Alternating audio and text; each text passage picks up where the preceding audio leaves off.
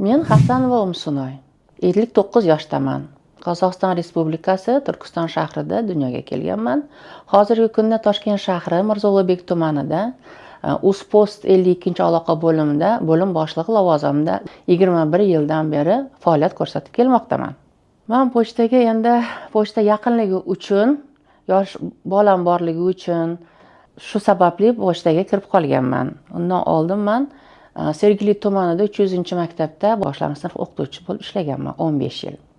Keyin mana shu oilalik bo'lgandan keyin farzandlar kichkina, shu tufayli uyimga yaqinligi uchun shu pochtaga kirib, u yerga men to'lovlarni to'lashga kirardim. Keyin uyga yaqinligini ko'rib, kirib gaplashganman, keyin ular meni shu yerga ishga qabul qilishgan. Demak, men pochtaga kelishimni sababi o'sha yosh bolalik bo'lganligim uchun uyimga yaqinligi sababli men pochtaga kirganman. U paytda tarmoq boshlig'imiz Tamara Umarovna Husayinova bo'lganlar. Men kirganman, lekin pochta sohasidan hech qanaqa ish bilmayman. Lekin men endi uyim yaqin, yosh bolam bor, xo'jayinim kasallar deb oldilariga kirganimda menga motivatsiya berganlar. Juda yaxshi, kirsangiz unda yarim stavkali ish qilib beraman, sekin-sekin sortirovkadan boshlaysiz ishni. Ana o'shandan keyin sekin hammasiga yetib olasiz deb sortirovkadan ish berganlar. Sortirovkaga kirganman, hech narsa bilmayman. O'rgatishgan bu yerda ustozim yana Yakubova Olga Vladimirovna bo'lganlar. Ular qanaqa ish joylashtirish kerak hammasini ko'rsatganlar. Ana shundan 1-2 kunning ichida hamma ishlarni o'rganib, 6 oy davomida men sortirovka bo'limida ish faoliyatimni olib borganman. Keyinchalik meni ishimni ko'rib, Olga Vladimirovna boshlig'imiz bo'lim boshlig'i edilar u paytda. Hozir ham borlar, pensiya paytidalar ular operatorlikka qabul qilishgan. 1 yil 2 oy ishladim operator bo'lib, keyin meni bo'lim boshlig'i o'rinbosarlik lavozimiga taklif qilishdi. Uning uchun albatta imtihonlardan o'tganman, savol-javoblar qilishgan. Bulardan o'tganimdan keyin meni bo'lim boshlig'iga qo'yishgan. Unda meni 56-pochta bo'lardi, o'sha joyda ish faoliyatimni bo'lim boshlig'i ishini u yerdan boshlaganman. 56-aloqa bo'limida 3 yil ishladim, keyin 52-aloqa bo'limiga qaytadan kelib ish faoliyatini boshladim. Mana shu yillardan boshlab hozirgacha 52-aloqa bo'limida faoliyat ko'rsatyapman. Ishimdan juda ham mamnunman, kasbimni juda yaxshi ko'raman. Ishlarimiz menga juda ham yoqadi. Demak, ertalab hozir Ramazon oyi tufayli ertalab soat 4 da turamiz. Saharlik tayyorlayman.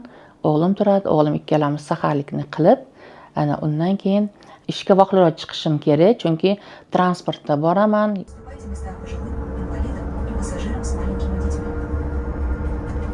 Yo'l sal uzoqlik qiladi. Shu sababli vaqtliroq chiqib, soat 7:30, 15 kam 8 larda kelaman.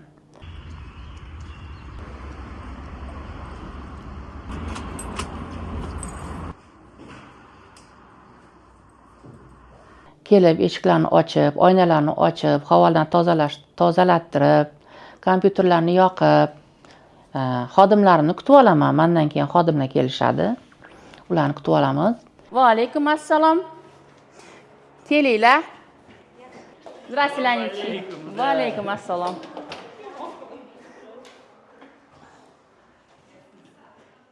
Keyin bizga pochta, ya'ni birinchi reys keladi 8:15 da. Biz pochtani kutib olamiz birgalikda pochtalyonlarim bilan.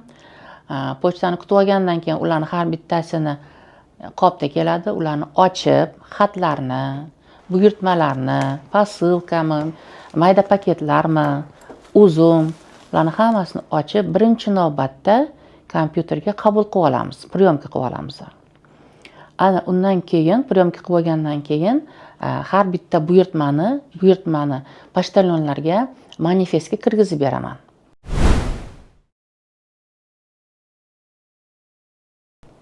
Har bitta pochtalyon manifestiga kirgizib, ularga berib, taqsimlab olgandan keyin bu yerda posilkalarni, yana uzum marketdan kelgan buyurtmalarimizni hammasini priyomka qilib kirgizib olamiz. Keyin esa qizlarga 55 formamiz bor. 55-formaga kimga qanaqa xat keldi, esengi davlatlardan keldimi, xalqaradan keldimi, O'zbekistondan kelgan xatlarni har bittasini soni bilan yozib, ularga 55-formaga yozdirib, qo'l qo'ydirib olaman.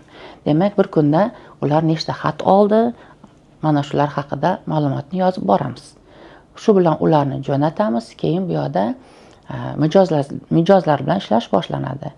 Ya'ni xat jo'natadiganlar xat jo'natadi, posilka jo'natadiganlar keladi. Ularni har bittasini qabul qilib, mana xalqimiz uchun xizmatdamiz. Obed payti hozir Ramazon oyiga to'g'ri kelganligi uchun obed paytida biz obedlamaymiz, lekin ikkinchi reysga tayyorgarligimizni ko'ramiz.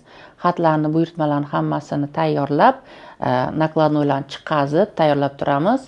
2:15da ikkinchi reysimiz keladi. Ikkinchi reys kelgandan keyin xuddi shunda yana qabul qilamiz. Topshiradigan narsalarimiz, pochta buyurtmalarimizni topshirib, ularni qabul qilib olamiz. Reyestrlarni chiqazib, pochtalyonlarga yana yo'naltirib beraman manifestga. Shu bilan ular yana ishlarini davom ettiradi. Pochtalyonlarga manifest yo'naltirib beramiz. Shu bilan keyin iftorlik qilib ishimizni davom ettiramiz. Ishimiz soat 8 gacha Uzum marketda mijozlarini qabul qilib, ularni buyurtmalarini topshiramiz egalariga.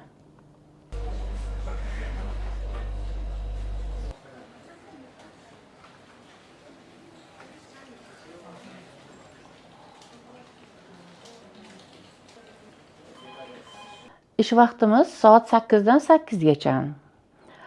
Ammo pochta xizmatlari soat 5 gacha qabul qilamiz. 5 dan keyin esa Uzum marketdan ulgurmagan mijozlar uchun soat 8 gacha bemalol topshiramiz. Demak, pochta qabul qilgandan keyin perchatka va maskalarni taqishimizdan sabab bu xavfsizlikni oldini olish. Ya'ni buyurtmalar har xil shaklda kelishi mumkin. Поврежденный buyurtmalar kelishi mumkin. Mana shu paytlarda ularni oldini olish uchun o'zi bizda безопасность, xavfsizlikni burchagimiz bor. O'sha o'zi qoida bo'yicha hammasini o'z paytida hal qilishimiz kerak. Shu sababli faqat o'sha pochta jo'natmalarni qabul qilayotgan paytimizda perchatka hamda maska kiyamiz.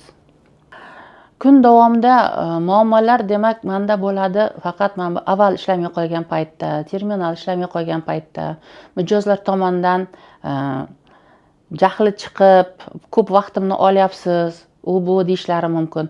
Mana shu paytlardagina ozgina muammoga to'g'ri kelamiz. Har xil mijozlar bor. Bir xillar tushunadi, bir xillar tushunmaydi. Shu sababli ularga sharoitni tushuntirib, o'sha zahotda o'zida biza IT ishnik bolalarimizga telefon qilib, ishlarni hal qilib berishga harakat qilaman va chiroyli muomala bilan mijozlarni jo'natamiz. Meni ertalabdan nima ruhlantiradi? Men albatta birinchi navbatda sog'lik salomatligim borligi uchun, oilami borligi uchun, farzandim borligi uchun, mana shular uchun harakatda ekanligim hamda ishimni borligi uchun, o'zim pensiya yoshida bo'lsam ham davlatimizga shu paytda rahmat aytib o'tmoqchiman. Boshqa davlatlarda pensiyaga chiqqandan keyin ishlatishmaydi. Biz O'zbekistonda mana hozir pensiya yoshida bo'lsangiz ham sizni ishga qabul qilishadi.